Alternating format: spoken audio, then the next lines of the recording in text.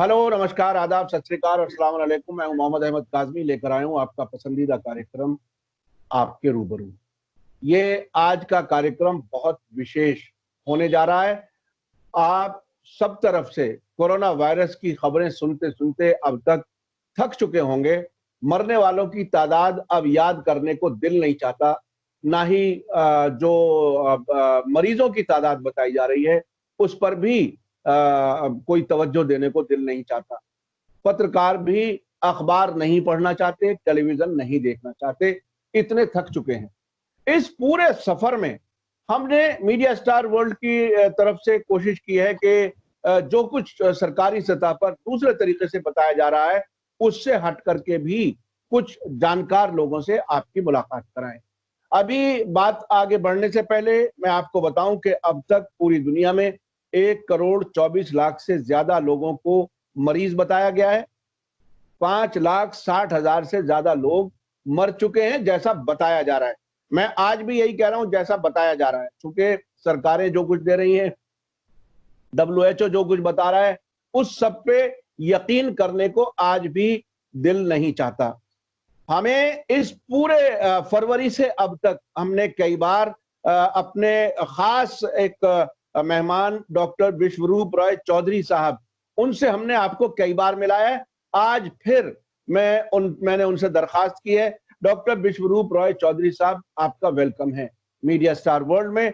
आप ये बताइए कि आपने इस पूरे दौर में एक तरफ तो इलाज करने की कोशिश की है, दूसरी तरफ आपको रोकने वाले आपके मुखालिफिन, उनका भी आपने एक तरह से सामना किया है।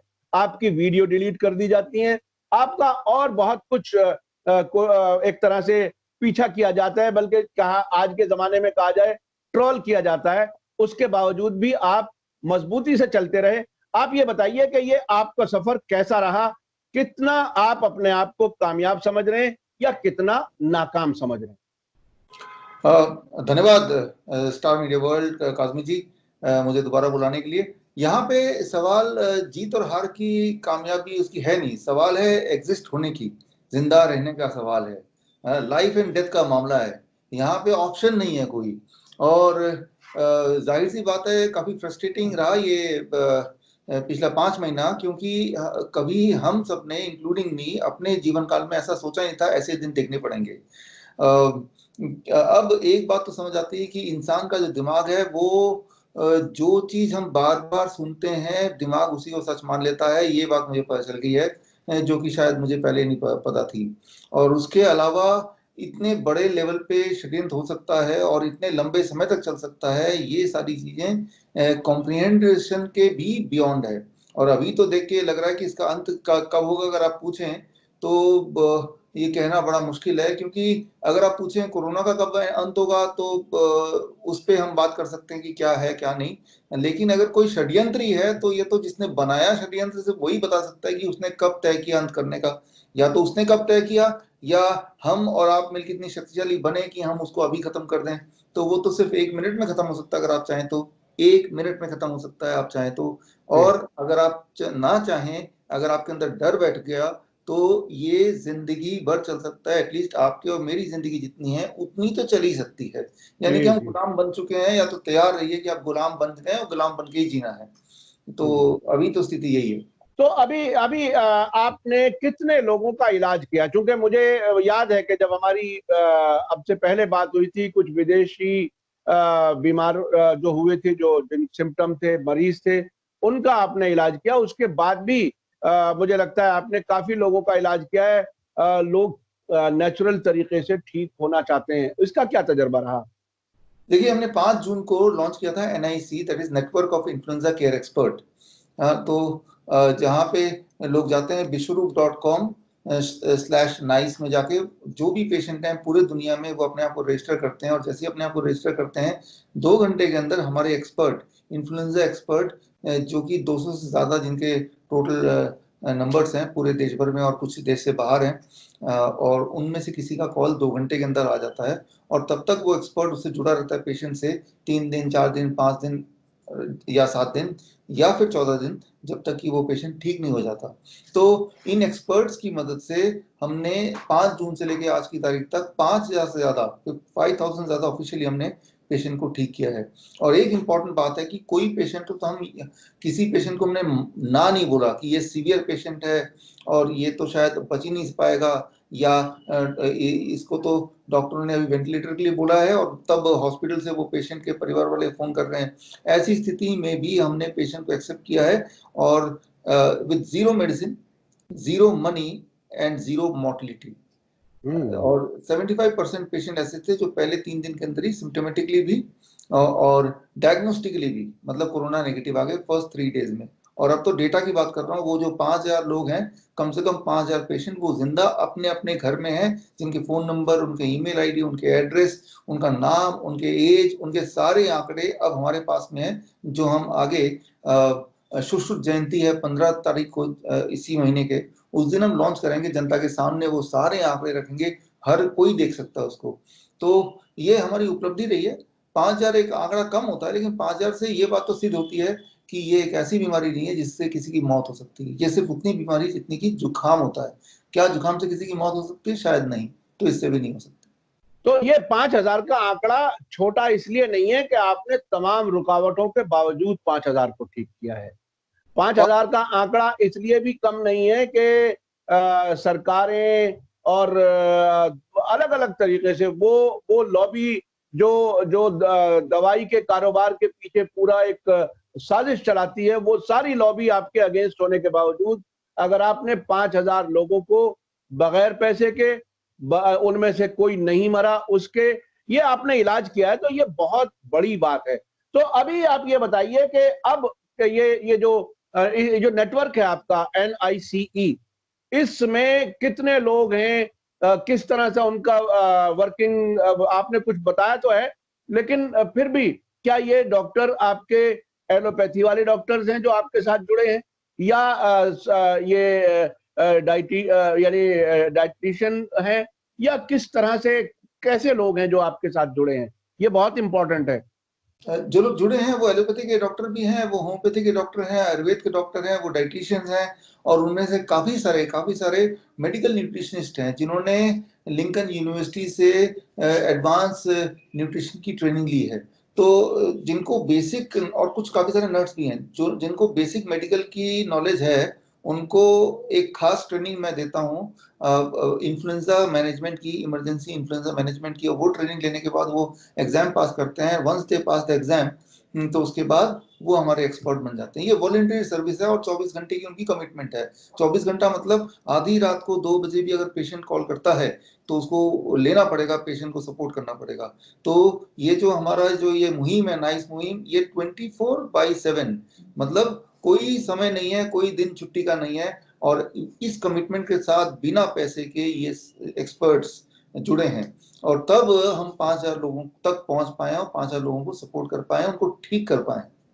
क्या इस नाइस प्रोग्राम का कोई ऐसा कॉन्टैक्ट नंबर है जो आपने पब्लिक किया हो? आप हमें भी कॉन्टैक्ट नंबर वो आप हमें हमारे दर्शकों को भी बता सकते हैं। वो हम चाहेंगे कि लोगों, तो चूंकि आप ये बहुत बड़ा काम कर रहे हैं 24 घंटे, कई किस्म की परेशानियां हैं, हॉस्पिटल्स लाखों रुपए रोज पैसा ले रहे हैं, और कई कई दिन टेस्ट के हालत में रहते हैं। अगर वो सरकारी अस्पताल में है या कहीं सरकारी क्वारंटाइन में है, तो वहां तो खाने पीने की भी प्रॉब्लम है, और उनके घर वाले नहीं मिल सकते।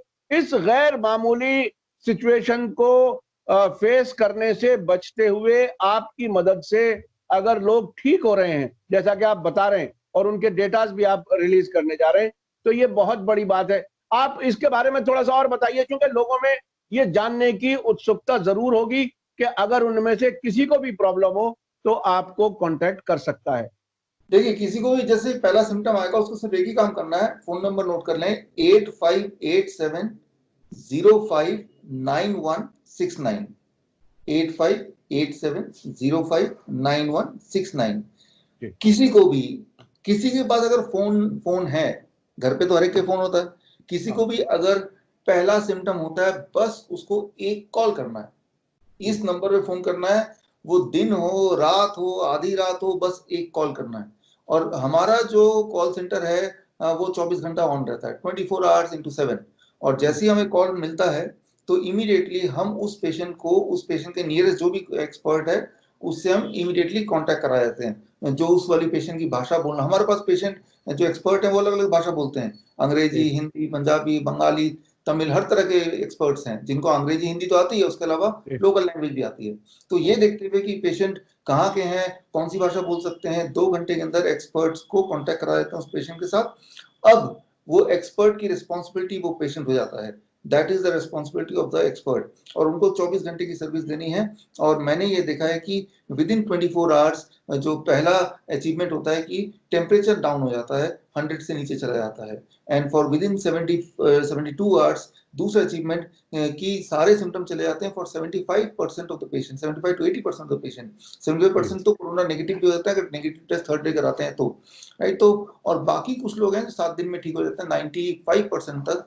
5% ऐसे होते हैं जिनको 14 दिन तक का सपोर्ट देना पड़ता है, लेकिन हम और हमारे एक्सपर्ट 14 दिन भी सपोर्ट देते हैं। 5% पेशेंट में ऐसा भी हुआ है। तो बस एक कॉल करना है और बस आप सोचिए कि आपकी रिस्पॉन्सिबिलिटी अब खत्म, हमारी रिस्पॉन्सिबिलिटी अब शुरू।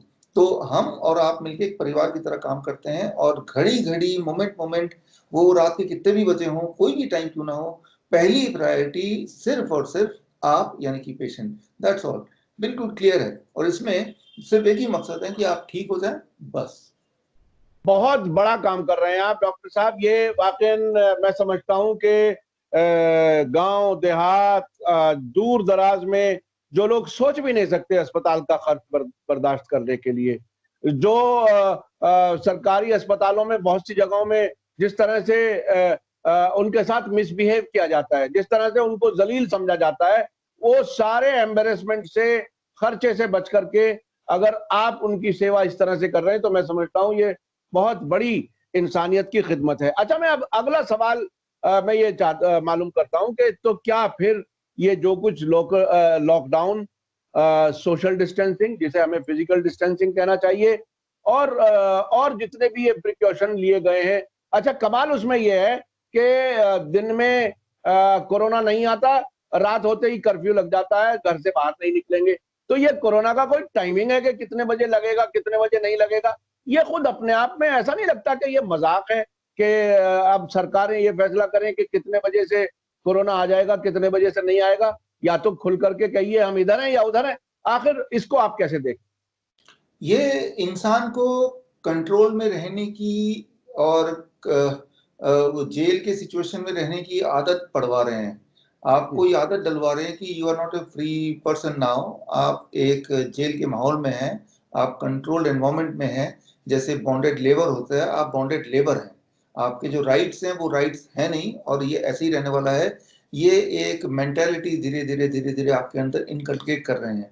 फ्रीडम जो होती है वो फ्रीडम आपकी छिन चुकी है, वो एहसास धीरे धीरे धीरे धीरे आपको एक्सेप्टेबिलिटी में उसको कन्वर्ट कराने की कोशिश कर रहे हैं। एक बार में अगर कर देंगे लॉकडाउन, बहुत ज्यादा कुछ कर देंगे तो इंसान भड़क जाएगा। तो उसको थोड़ा थोड़ा थोड़ा थोड़ा, जैसे थोड़े जैसे दवाइयों का होता है, जो ड्रग एडिक्ट होते हैं, धीरे धीरे धीरे धीरे डोज बढ़ता जाता है, फिर हाई डोज में भी वो कंफर्टेबल रहता है, या हाई डोज में ही कंफर्टेबल रहता है। तो ठीक उसी तरह से ये धीरे धीरे धीरे धीरे पहले आपको माइंड को कंट्रोल कर रहे हैं। जितनी बार आप किसी को फोन करेंगे, पहले तो एक रिंगटोन आएगा, एक कोई एक डरावना सा वार्निंग आएगा कोरोना के बारे में, और उसके बाद ही किसी से फोन मिलेंगे। और दिन में 50 फोन करते हैं तो 50 बार आपके कान में वो सुनाया जा रहा है। एक बात याद रखिए कि 50 बार ब्रेन में जो भी बात जाती है वो ब्रेन के अंदर तक घुस जाती है, and that makes a complete change in your personality. आप कितने भी शक्तिशाली क्यों ना हो, उससे आपकी पर्सनैलिटी में एकदम बदलाव आता है, आपकी सोच में एकदम बदलाव आता है, you become a second person. तो बोलने का मतलब ये है कि यू आर बीइंग कंट्रोल्ड, आपको कंट्रोल में रहना है। ये एक टेम जिसे कहते हैं, जैसे एक शेर है जिसको जंगल में रहने की आदत है, अब वो उसको सर्कस के माहौल में आएगा और उसको बिहेव करना है, तो उसका जो हंटर वाला जो उसका मास्टर है वो किस तरह से उसको कंट्रोल करना सिखाता है, कभी चाबुक मार के सिखाता है, कभी खाना भी दाना डाल देता है, कुछ खाना आगे डाल देता है, थोड़ा सोने का भी टाइम देता है, कहीं मर ना जाए ये, ताकि जब सर्कस का समय आए तो वो बिल्कुल ट्रेन्ड टाइगर रहे, ना कि वो एक फ्री जानवर की तरह बिहेव करे। तो अब मान लीजिए आप सर्कस में वही वाला टाइगर हैं जो एक टाइम पे जंगल में थे, लेकिन अब आप सर्कस के पिंजरे में आ गए हैं। तो ये क्लियरली अगर आपको नहीं दिख पा रहा है तो मतलब आप ऑलरेडी वो टेम हो चुके हैं शायद। ये बहुत बड़ी बात आप कह रहे हैं। ये वाकई इतना डेमोक्रेसी में रहने के बाद इतना बंधा हुआ लोग महसूस कर रहे हैं।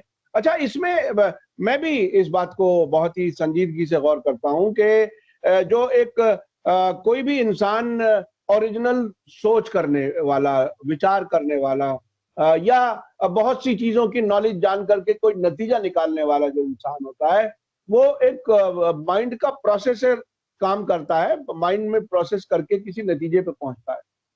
अब जो सूरत हाल है वो ये है कि वो कॉन्फिडेंस लेवल कम हुआ है, उसे अपना ही नतीजा निकाला हुआ जो है उस पर यकीन नहीं रहा।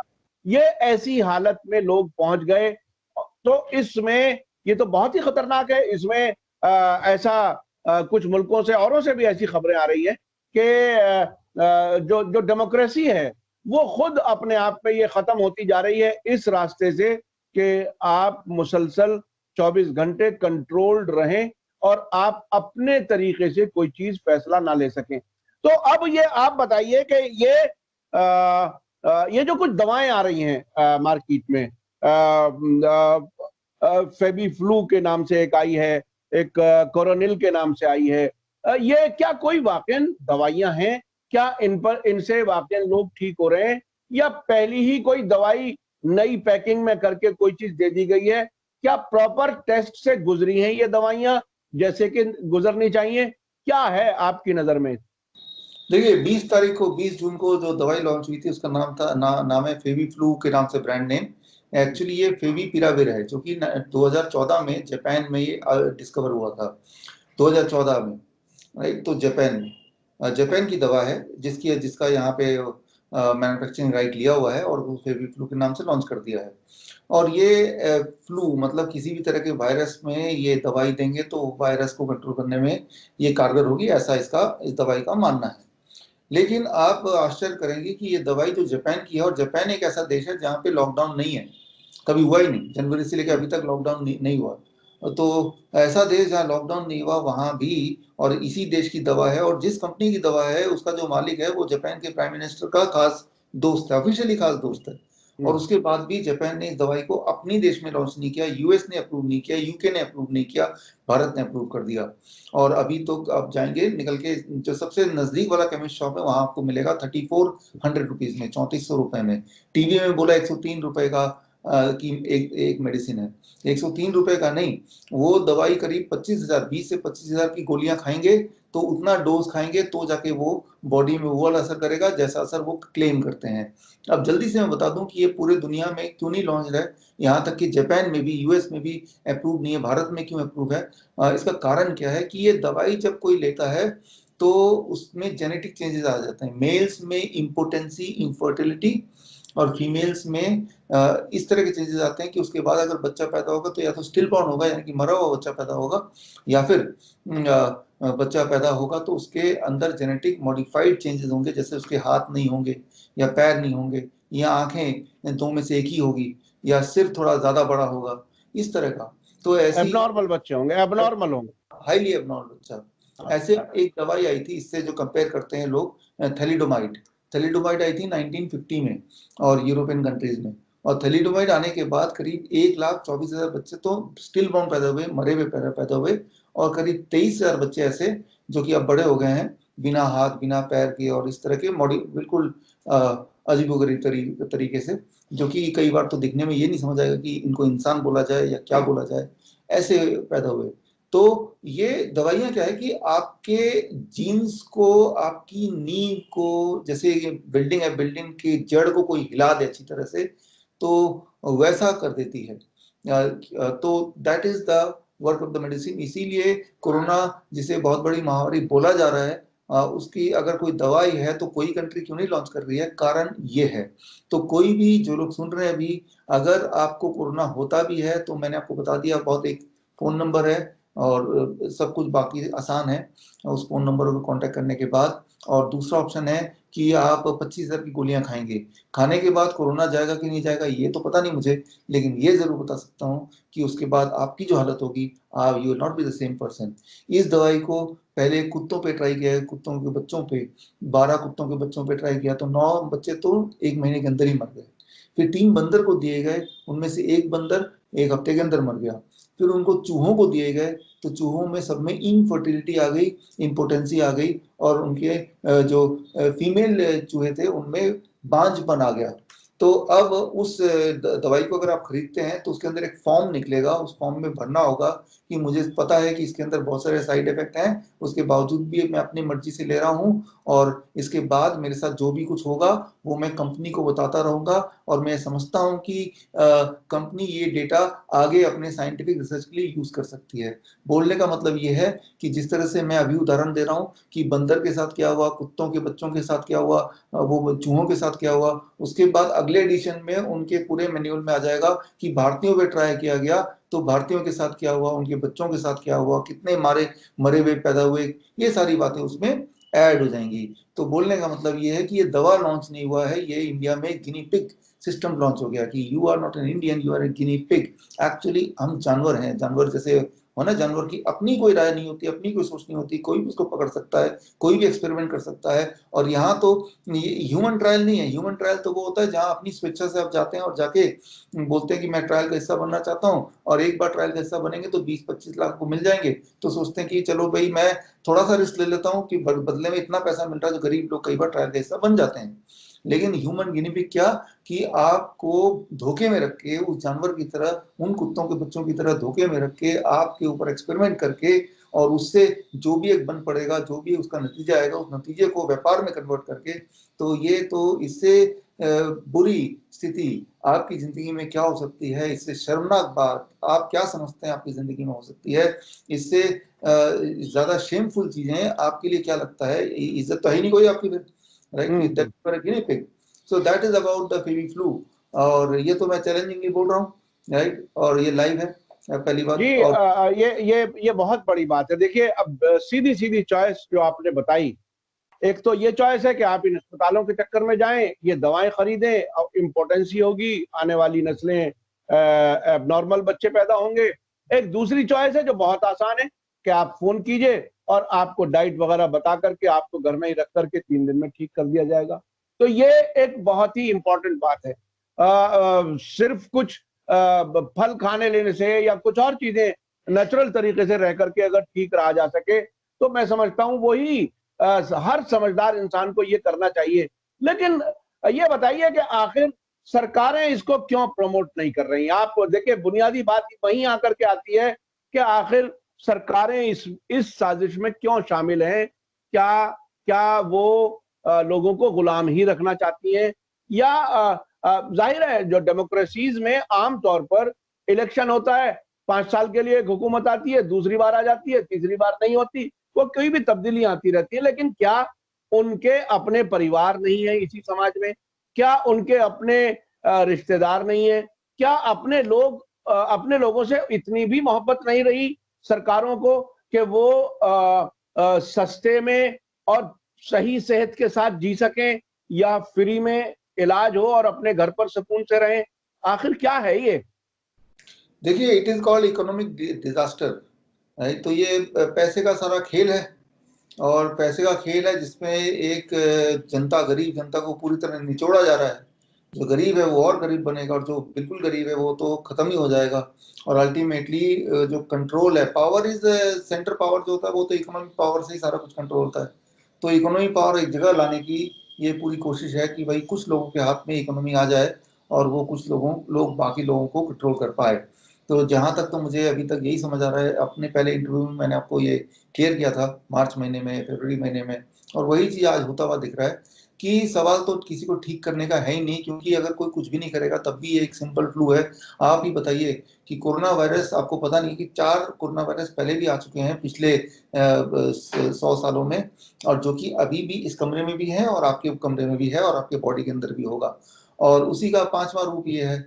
तो उनमें भी तो हम जिंदा हैं, हम तो ठीक होते आए हैं बिना किसी, ना तो वो वाला नाइस का फोन नंबर घुमा के, ना ये फेविक्विक खा के। हमारी बॉडी की इम्यून सिस्टम ठीक कर ही देती है और तभी हम जिंदा हैं।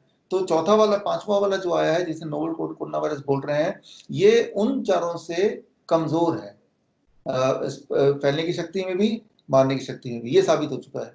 जब उन चारों से कमजोर है और वो चारों से भी हम बच चुके हैं, हजारों बार बच चुके हैं, तो ये पांचवें से भी बचना आसान है। तो सवाल तो ये है ही नहीं ना कि इसको ठीक करना है नहीं ठीक करना है, तो अपने आप ही ठीक होता है। जैसे खांसी जुकाम होता है तो कैसे ठीक होता है? अपने आप ठीक होता है। तो ये अपने आप ही ठीक हो सकता है और होता ही है। मैंने तो 5,000 केसेस देख लिए हैं, लेकिन लोग थोड़े पैनिक में आते हैं, वो चाहते हैं कि 2 दिन में ही ठीक हो जाए। तो उसके लिए जो 3 स्टेप हमारा फ्लू डाइट है, वो 2 से 3 दिन करते हैं तो वो एकदम ठीक हो जाते हैं, ताकि वो तसल्ली हो जाए कि मैं इस चुंगल से बाहर निकल गया। अगर ऐसा नहीं भी करेंगे तब भी 7 दिन 8 दिन में ठीक हो ही जाएंगे। तो सवाल ये नहीं है कि ठीक करना चाहती है गवर्नमेंट या नहीं ठीक करना चाहती, क्योंकि ये कोई ऐसा फ्लू है ही नहीं, ये कोई ऐसा वायरस है ही नहीं। और अब तो मेरे पास 5,000 पेशेंट्स हैं ये साबित करने के लिए। गोल सिर्फ एजेंडा गोल कहीं और है, निशाना कहीं और है, कारण कुछ को कहीं और है। बहकाने के लिए दिखाया ही जा रहा है, डराया जा रहा है और डरा के कुछ और करवाया जा रहा है।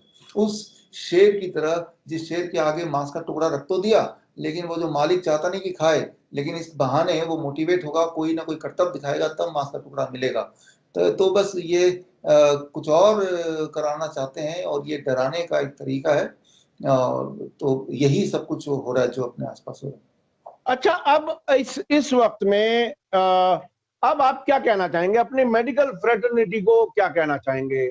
आम लोगों को क्या कहना चाहेंगे एक मैसेज के तौर पर? चूंकि बहरहाल लोग थक चुके हैं, बहुत परेशान हो चुके हैं। मैं भी अब से पहले फॉलो करता था खबरों को, लेकिन अब शायद नहीं करता उन खबरों को, चूंकि थक चुके हैं लोग। अब आप क्या कहना चाहेंगे? आम लोगों को कैसे रहना चाहिए? और मेडिकल फ्रेटर्निटी, जिनकी जिम्मेदारी लोगों की सेहत सही रखना है, ना कि लोगों की जेबें खाली करा लेना, उनसे आप क्या कहना चाहते? देखिए, सिंपल सी बात है। पहली बात तो आप अपनी नॉलेज, सारे लोगों को मैं ये बोलना चाह रहा हूँ, अपनी नॉलेज को बढ़ाइए, ताकि किसी ने डरा दिया और हम डर गए, ठीक है ना, वो नहीं हो पाएगा। अपने मान लो कि कोई बोल दे कि भाई रात को 8 बजे के बाद भूत आता है, भूत आता है, तो जैसे गांव में पहले हुआ करता था, लोग डर के बैठ भी जाते थे। लेकिन जब एजुकेशन आया, आप एजुकेटेड हो गए, और कोई अब बोलेगा भूत आया, तो यू नो कि ऐसा नहीं हो सकता, तो आप डरेंगे नहीं। तो पावर कहाँ है? एजुकेशन में। अगर आप एजुकेटेड हैं, एजुकेटेड मतलब अवेयर हैं, तो आप डरेंगे नहीं। और जब डरेगा नहीं इंसान, तो जो डिसीजन लेगा that is the correct decision.